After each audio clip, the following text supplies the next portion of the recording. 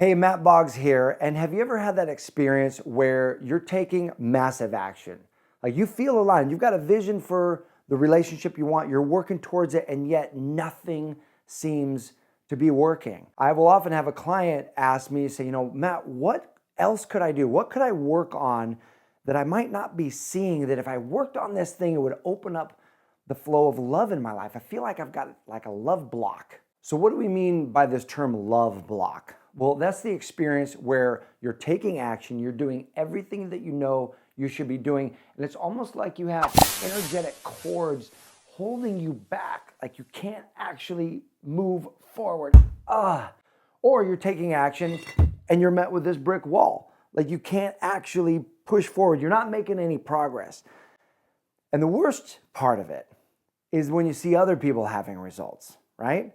It's like someone who hasn't done as much work as you have, someone who hasn't studied as much as you have, someone who hasn't taken nearly as much action as you have, and they're experiencing the result that you want, and you feel that burn of envy in you. And we think, you know what? God, there must be something missing here. There must be some block that's preventing me from having the love that I want. And so the question is, well, what is that block and how to discover it? That's what we're going to be talking about today in this video. So here's the interesting thing about internal blocks. You don't actually have to go looking for the block to discover it. The first step in this is actually get interested in your dream, get interested in action, because as you take massive action towards your dream, your block is going to come looking for you. Your block is going to raise this ugly head, get right in front of you, and be the thing that prevents you from moving forward if you have eyes to see and ears to listen to what this block is telling you. And blocks are almost always some form of deep inner fear. Fear that says that we're not enough, and that if we're not enough, we won't be loved. So let's talk about one powerful form of fear or internal block that thwarts many people's efforts to find love. And that is the block of shame. Now, it's feeling shame about something from your past. Maybe feeling shame about something that you've done, or maybe shame about something horrible that was done to you, or feeling shame about some flaw that you think you have in your body or your physicality or something. That block of shame can prevent us from having the love that we want in our life. Now, shame is very different than guilt. Guilt says that you did something bad. Shame's a bit more toxic. Shame says that you are something bad. Shame says that you're not enough.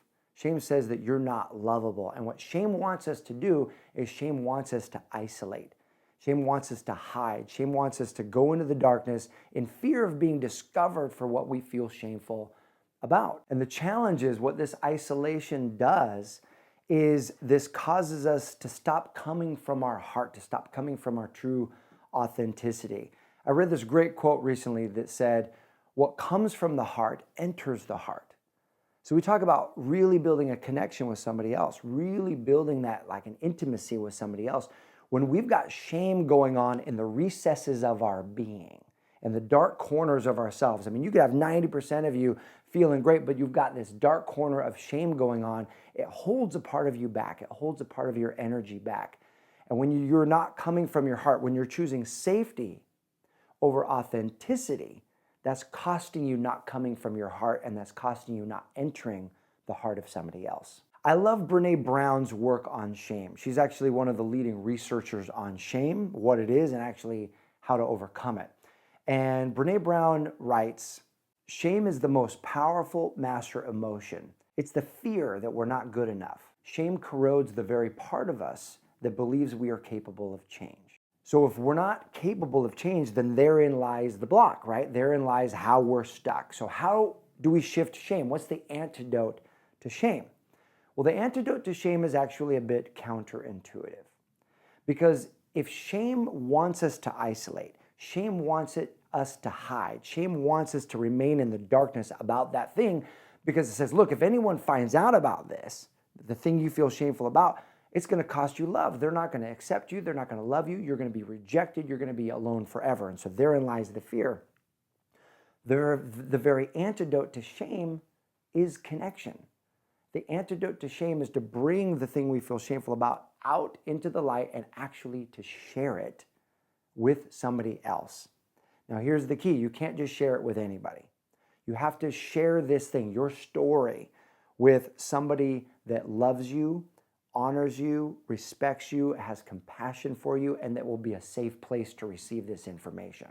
This is very, very important. You don't want to take this lightly, because the opposite is true. If you share your story with the wrong person, someone who criticizes you and tells you, gosh, how could you do that? Or that puts you down, or that tries to cause you to feel bad about the thing that happened, it can reinforce the shame. And that old limiting belief or paradigm will say, see, I told you shouldn't have told this to anybody. You should have kept this hidden. Look what happened now. And that whole story will emerge. But when you have the courage to share this with someone who loves you, who will be compassionate towards you, and who will hold this in confidence and safe place, it is a massively healing process. It will feel like there's a 1,000-pound boulder lifted from you. And there's a whole new amount of energy that you will have access to when you clear that energy away. And here's how Brené Brown talks about the process of actually sharing your story and what's possible for you when you do. She says, owning our story can be hard, but not nearly as difficult as spending our lives running from it. Embracing our vulnerabilities is risky, but not nearly as dangerous as giving up on love and belonging and joy. The experiences that make us the most vulnerable. Only when we are brave enough to explore the darkness will we discover the infinite power of our light. Remember, what comes from the heart enters the heart. So when you truly love yourself up enough to have the courage enough to share this story with somebody else, and you come from that place of vulnerability, that opens your heart up to another level of connection to enter the hearts of other people. And so to support you with that, I know that can be a really scary process. And the thing that helps us step into that is this foundation of self-love. So to support you in this, there's a great exercise that I want to share with you. I'm going to link it up right here in the video. It's a self-love process. So you can click this link. There's a special training that I've done for you that will give you a process for how to deepen your self-love. And you want to know this, that love, belonging, worthiness, and joy, those aren't things you have to earn. Those aren't even things that can be taken from you. Those are your birthright, by means that you were born unto this world, by means that you are a blessing on this world. Those are your birthright. And so all you have to do is claim them, share your story, and move forward. So I would love to hear from you. Shame being one of the blocks that tries to get in our way and prevent us from having more love in our lives. My question to you is, what blocks have you found that have tried to keep you from having love in your life, and how did you overcome them?